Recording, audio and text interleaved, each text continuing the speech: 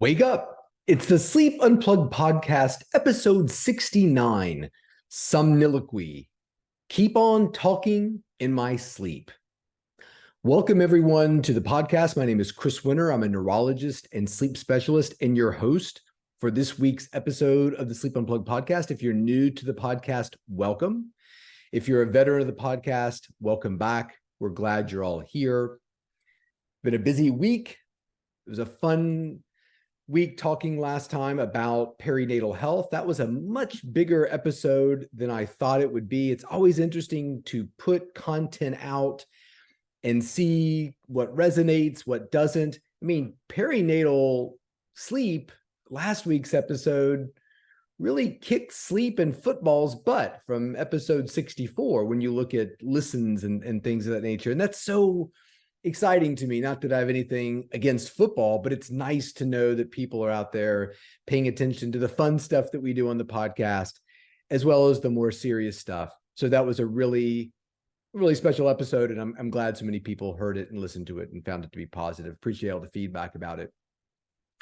So if you're new to the show, you can always get in touch with the show and offer comments, corrections, criticism, feedback, ideas for new shows. I got a great one that we're going to do for our next insomnia episode from a listener.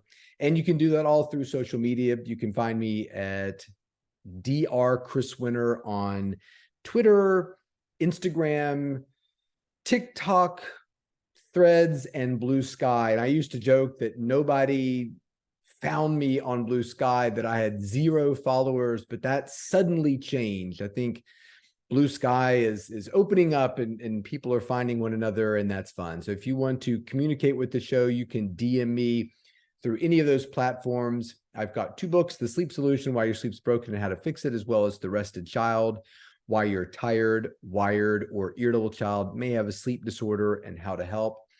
So those are out there as well. Got to speak to a bunch of professional chefs out in Scottsdale, Arizona this week, and want to say hello to all those wonderful people. Really enjoyed spending time with you. And finally, we have a YouTube channel. If you're interested, all the videos that we put on here, the podcast, there is a video that goes along with it of essentially me talking. So if you want to watch things on there, you can certainly do that. And the final thing is, we always talk about a little bit of music at the beginning of each show. All the songs that we reference on the Sleep Unplugged podcast are on Spotify, on the Sleep Unplugged Spotify playlist. Volume 1 is all the music from our first season, and we are now deep into Volume 2. And we'll get to that in just a minute. Always like to highlight a listener's question, comment, concern. This one came from Raina, and I thought it was germane to what we were talking about today with sleep talking. She wrote, "The morning after a sleepover," this was back in 2006, "Raina's friend told her that she could hear herself making odd noises. I was even told by my family that I sleepwalk and sleep talk too. Then 4 years ago, I decided to record my sleep. And that's when I realized I'm producing 3 sounds when I sleep. Number 1, I snore. Number 2, she realizes that she has sleep-related moaning or cataphrenia that we have talked about in previous episodes. That was a really popular one. And that she also sleep talks. And now she's feeling very self-conscious because she sometimes falls asleep on her commute on the way to work, or when she goes on out-of-town trips with colleagues and friends. So, well, Raina, we're glad that you're taking steps to investigate your sleep and find out what's going on. Hopefully this episode will be helpful in terms of the sleep talking. As I said before, we have communicated about cataphrenia in the past. That was a episode we did, that was back in January, episode 30. And then the snoring we've talked about as well too. That was episode 29 actually. So we have now covered all of Raina's 3 different sounds that she makes. So hopefully, Raina, you're listening to this and finding some help. So our song this week it's actually a lyric, "Keep on Talking in My Sleep." This was from the song "Can I Get a Witness" that was originally recorded by Marvin Gaye in 1963, the late, great Marvin Gaye. This was the first song that appeared on his 1964 Greatest Hits album. This was the album that followed his first 3 albums. And you got to go back and look at some of the titles of Marvin Gaye's albums, some of his earlier works. They're just great. His third album is probably my favorite. It was called When I'm Alone, I Cry, which I can relate to for sure. I think I do that quite a bit. I was just talking with somebody about crying this week. So I just love these old 1960 album titles. They often kind of give a little slice, a little peek into the life of the artist. And when Marvin was alone, he cried. Eddie Holland wrote the song. He wrote a lot of Marvin Gaye songs, wrote a lot of Motown songs. And he and Marvin would often get into it because he would often write songs in keys that were difficult for Marvin to sing. But when he heard Eddie sing Can I Get a Witness for the first time, he said, I got it. And they played, they recorded, and according to Eddie Holland, Marvin Gaye recorded it in one take. And it's amazing. You've never heard it. And a lot of artists really think highly of the song. A year later, the Rolling Stones recorded it on their first album entitled The Rolling Stones. Dusty Springfield, Stevie Wonder, Sam Brown. The Supremes actually sang background on the track. Diana Ross, Mary Wilson, blanking on the other Supreme. They later recorded it as well too, but it was not available on an album until like the late 80s that you could find it. Even Elton John sang it during his Live Aid performance, and you can find that on there as well too. So great song. Could have gone with a lot of other songs. The Romantics did a song, Talking in Your Sleep, which I just never liked. It just always irritated me. It's one of those songs when it comes on the radio, it gets turned off immediately. It's like Boys Are Back in Town. That's another one for me that I can't hear it. So we should do an episode of like the songs that when you hear them, they're immediately turned off because you just can't stand them. Anything by UB40, my wife just thinks is the worst. There's an artist, a very not well-known artist named John Bon Jovi, who recorded an album called The Power Station Years. And the last song on that album was Talking in Your Sleep. And that was, of course, John Bon Jovi. And the station, the recording studio where he recorded in, the Power Station, is a New York City studio right there between 9th and 10th on 53rd, where a lot of famous artists went to record. Roxy Music recorded Tattoo, or Avalon, Rolling Stones Tattoo You. We mentioned the song Why Worry in a recent podcast by Dire Straits off of Brothers in Arms. It was recorded there. And to relate everything back to David Bowie, which I like to do, he recorded both Scary Monsters and Let's Dance at Power Station. And one more piece of music trivia related to sleep talking. Do you know the 2 members of BTS that have gone on record saying that they sleep talk? If you answered V and Jin, you would be right. So there we go. So let's get into Somniloquy. I'm going to begin with probably the most famous piece of sleep talking that's ever been recorded in history. Out damn spot, out I say, 1, 2. Why then this time to do it? Hell is murky, fie, my lord, fie a soldier and afeard. What need we fear? Who knows it when none can call our power to account? Yet who would have thought the old man to have had so much blood in him?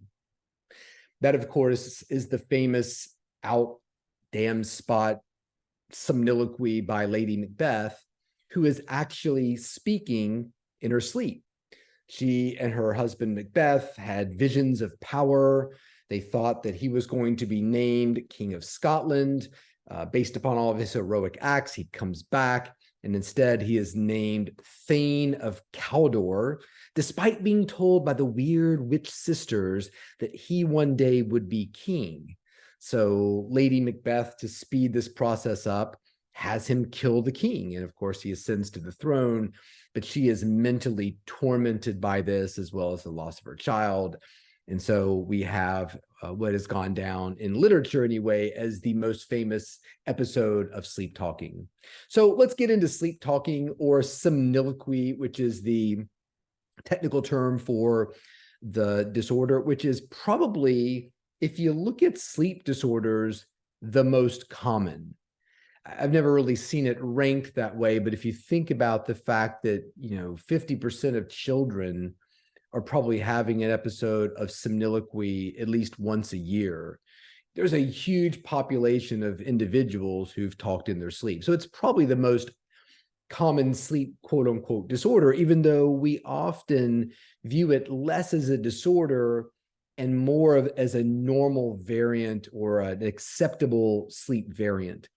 So when you look at parasomnia, generally, when you look at this disorder, sleep talking or somniloquy, it's considered a parasomnia. And we've talked about parasomnias before. We just mentioned catatonia. We finally got our lazy selves around to talking about REM behavior disorder a few weeks ago and how important it is to distinguish that parasomnia. We've talked about sexsomnias before, sleep paralysis very early in the podcast. So you all should be very familiar with parasomnias and how we sort of divide them into REM-related parasomnias and non-REM. So technically speaking, sleep talking or somniloquy is generally considered a non-REM parasomnia. Could sleep talking happen during REM sleep? Yes, it can. Generally, when it's happening a lot during REM sleep, it's often related to REM behavior disorder. And like I said earlier, we have spoken about REM behavior disorder. We just talked about it finally in episode 65 a few weeks ago, and the importance it is to sort of understand what that is. Now, one way you can sort of discern, well, I'm hearing my partner speak or I'm recording myself speak, as Raina did. How do you know? Is it happening during REM sleep or is it happening during non-REM sleep? Well, one indicator can be during REM sleep, the vocalizations are usually more intelligible. You're actually saying things. Generally, during non-REM sleep, it tends to be more muttering, unintelligible. Sounds like my kid is speaking in tongues. We had one of our kids spoke in his sleep quite a bit until his tonsils were taken out. And it always seemed, to some degree intense, but you really couldn't, figure out exactly what he was saying. The other thing that might give you a clue is that if you awaken during the speaking, so if you scream out or do something and that actually awakens you and you become conscious, were you dreaming? Like, oh my gosh, I was yelling and dreamt that I was, encountering somebody or trying to speak to somebody. So maybe in the dream you were speaking to a friend, but in real life it's more of a muttering or a murmuring. That really has a lot more to do with non-REM parasomnias. So it's, again, one of the most common sleep disorders. If you look at children, about half of them are going to be doing some form of sleep talking at least once a year. As they get older, generally, this should become a less frequent occurrence. And by the time you're in your mid-20s, it generally is not happening at all for most. So it's something that you generally see a decline in as individuals get older. It can go along with kids who have enuresis, and I definitely want to do a podcast about enuresis. We'll add that to the list, or bedwetting. It doesn't have to be just with kids. We see a fair amount of adults who wet the bed as well, too. When you look at the relationship between enuresis and sleep talking, of kids who have enuresis, enuretic children, kids who wet the bed, about 25% of them are going to sleep talk as well, too. So you're getting the feeling that these individuals might have something that's disturbing the nature of their sleep, causing them to awaken, talk in their sleep, wet the bed, etc. Somniloquy is generally more common in boys, but you can certainly see it in both genders. But strictly speaking, it's usually something that we do tend to see a little bit more in male individuals. So when you look at sleep talking, research going back even into the 60s basically said that, look, sleep talking seems to be to some degree hereditary. So when I see children who talk in their sleep, it's very common that parents talk in their sleep. Now, you might say, well, sure it is, because you just said 50% of them are going to sleep talk. But there are definitely linkages there that parents who were sleep talkers when they were young are much more likely to have kids who are sleep talkers. And I think the same research is true for enuresis. If you were a bedwetter, it's very likely that that could be hereditary and pass along. It can be common even if neither parent were sleep talkers, again, just because the incidence of the disorder is so common. And a large portion of people that were looked at back in the 60s begin their sleep talking later in life. So it's almost a secondary, we call it secondary enuresis, when a child was wetting the bed when they were little, and then they stopped in their drive for several years, and then all of a sudden they start wetting the bed again. That's different than a child who never stopped wetting the bed and made it to the age of 9 and is continuing to have enuresis. So there is a secondary sleep talking as well, too, that we can see in adults. And a lot of times those individuals had no history of sleep talking when they were young. So what are the risk factors for sleep talking? What are some things that might be present that would lend themselves or lead an individual to talking in their sleep? I think a big one is stress. And there have been studies, several studies, that showed that individuals with extreme stress, PTSD, are twice as likely to talk in their sleep as individuals without it. So anytime, your children are staying up late studying, they've got projects going on, hockey tryouts are coming up, and, anything that's creating stress or anxiety, a big dance, or, you're going to have to make the big poster and hold it up and see if your partner wants to go to the spring formal with you. Maybe that's creating anxiety. I don't want that person to say yes or no. I'm nervous. They'll reject me. All those things. Anything that's creating stress in an individual's life could lead to sort of temporary sleep talking. And I think a lot of people that we see in our clinic would describe that. When we're going through tax season as an accountant, or, whatever, a lot of travel, those individuals seem to talk more. So one thing that we can do to alleviate sleep talking is try to create less stress and relieve stress in individuals who are having a lot of it. Depression can certainly do it as well, too. Alcohol is a big one. A lot of people talk in their sleep after they've consumed alcohol. I think a lot of behaviors and parasomnias can follow alcohol, including sleep disordered breathing, more snoring, more sleep apnea, more resistance within your airway to breathing. So all of these things are going to fragment and create arousals during sleep. And when you've got an individual with more arousals during sleep, you're often going to see more parasomnias. Fever. That's a great one. I like that idea of the individual who's got the high fever and they're kind of, in and out of consciousness in the movie.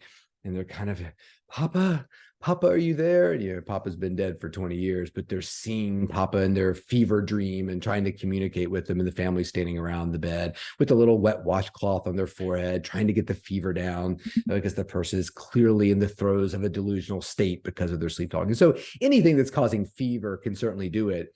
And I'm going to jump ahead to seizure. Seizure is certainly something that's often can cause or even be mistaken as sleep talking. And we know fever is a risk factor for seizure too. So fevers, trying to deal with them, getting somebody's fever down, getting them cool, can be very helpful in terms of reducing the incidence of sleep talking. Sleep deprivation and other sleep disorders. We'll touch on a few other sleep disorders here in a minute, but sleep deprivation is a big one. And I would also throw in there unusual sleep schedules, shift work, jet lag and travel. Those things can certainly be risk factors for sleep talking. And the final one I'll put in there is caffeine, particularly before bed, is often a risk factor for most parasomnias. Sleep talking is certainly one of them. So what are some other sleep disorders that could lend themselves to sleep talking? I think sleep apnea is a big one. Again, you can breathe, you can sleep, can't do both at the same time. So that sleep apnea patient is constantly awakening during the night, trying to catch their breath.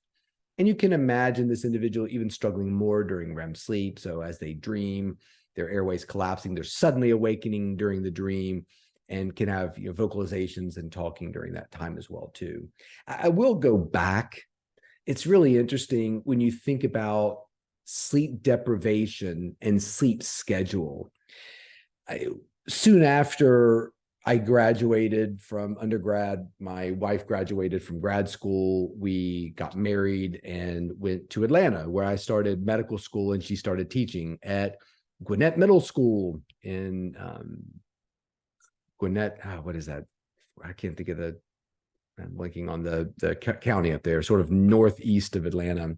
Anyway, it was hard. I mean, teaching's hard in general, and she would come home just blasted by full-time teaching.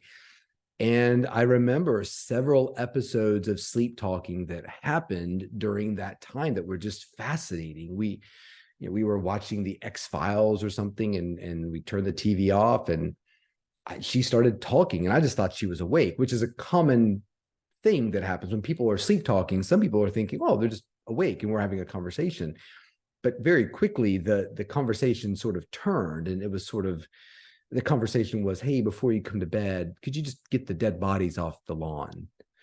And another time she said, what was the name of that restaurant? My wife went to grad school in Williamsburg at College of William and Mary. And she was like, what's the name of that restaurant that we used to go to? And I was like, I don't know. Which one are you talking about? She goes, oh, I know. It was Chocolate Chip Cookie. And I was like, I don't think there was a restaurant called Chocolate Chip Cookie. And she laughed and then kind of got frustrated. And that was the end of the conversation. The best one was she woke up at some point and said something like, and she was studying the Yucatan Peninsula with her kids. She was English and social studies. And she woke up at some point, she was, oh God, my Yucatan Peninsulas are so sore. And I knew that immediately that she was sleep talking. So I think she's not a sleep talker. I can't think of many times since that time she's ever said anything. But wow, during that time of sleep deprivation, it was on. Restless legs, movement disorder is a very murky one as well, too. Somebody with restless legs or a movement disorder like Parkinson's disease, we know that's related to REM-related parasomnias like REM behavior disorder we talked about a few episodes ago. So that individual talking, is this truly a non-REM-related somniloquy? Is that REM-related speaking through REM behavior disorder that is part and parcel of a lot of movement disorders? So those things really get kind of tied up into that as well, too. Catathrenia is another one that can sometimes be sort of mistaken as sleep talking. We've talked about that as well, too. So what are some things that we can do about it here at the end of the show? Sleep diaries can be helpful. Some people think that, logging down when you sleep talk, what you were talking about, what were the circumstances about it, might lend you to think, oh, yeah, I noticed that I do this a lot on Sunday nights when I'm stressed about the upcoming work week. Or I notice I do it a lot on Saturday night when I stay out really late with my friends, something that I don't do during the work week. So sometimes sleep diaries can make us aware of patterns of behavior, medications we're taking, alcohol we're consuming that might be lending themselves to sleep talking. There was a study in 1979 where individuals could be cured of their sleep talking, and you could probably throw in many parasomnias with this, when they would play a noise or an unpleasant sound related to the sleep talking. So when the individual started sleep talking, a buzzer went off, very much like the enuresis treatments we'll talk about in that, where the little pad underneath the kid who has enuresis, as soon as it gets a drop of moisture on it, a alarm that seems like it's coming from some place of eternal torture fills the house, wakes everybody up, including the child. And that's supposed to sort of make them aware of that urge to go to the bathroom and help them hold it until they can wake up and go to the bathroom. So they did a very similar experiment, therapeutic treatment with unpleasant sounds, and showed that you could, in fact, alter the sleep talking with that.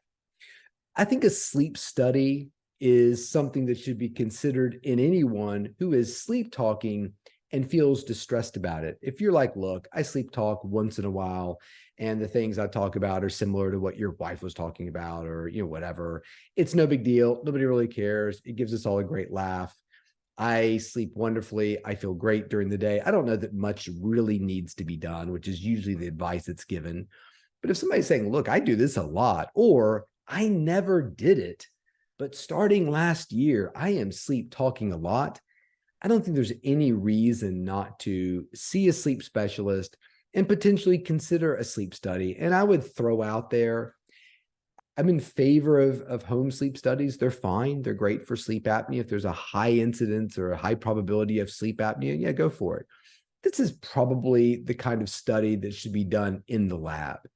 If you're, teasing out the cause of somniloquy, that's probably a better in-lab study than home sleep study, unless there's a lot of indicators pointing towards the idea that you might have sleep apnea, and we feel like the sleep apnea is actually what's ultimately causing the sleep talking. The last one I'll put out there is cognitive behavioral therapy, which we've ended the show on a lot. It's a good treatment for a lot of sleep disorders. There was a study in behavioral neurology or a paper in behavioral neurology called Behavioral and Cognitive Behavioral Treatments of Parasomnias. And they go through a whole bunch of parasomnias and show sort of limited evidence in these small studies that were not controlled, and that, there's some evidence that, hey, this might work for somniloquy. Somniloquy wasn't actually specifically singled out as a parasomnia, largely because a lot of people don't treat it. But my guess is the overall result that you saw for that story could be applied to an individual who's dealing with somniloquy. So I think that cognitive behavioral therapies could be helpful for individuals as well too. I think hypnosis has been thrown around for that as well too. Anyway, so that's it. We'll have some great versions of Can I Get a Witness on the Spotify Sleep Unplugged playlist volume 2. So if you're on Spotify, subscribe to that playlist and listen to our songs. If you have any comments, corrections, criticisms, or something interesting that you've been told that you spoke about in your sleep, or somebody that has talked about in their sleep, we need a good sleep talking story that we can share on the next episode or during some video during the week. But that's it. I hope you've enjoyed this episode on sleep talking and somniloquy. My name is Chris Winter. You can find me on Dr. Chris Winter Instagram, Dr. Chris Winter Twitter, Dr. Chris Winter Threads, TikTok, Bluesky. Find our videos on the Sleep Unplugged podcast on YouTube. We always really appreciate subscriptions, reviews of the podcast. If you have time to do one, we'd really appreciate that. And that's it. If you have any other questions, feel free to hit us up. But until next week, sleep well.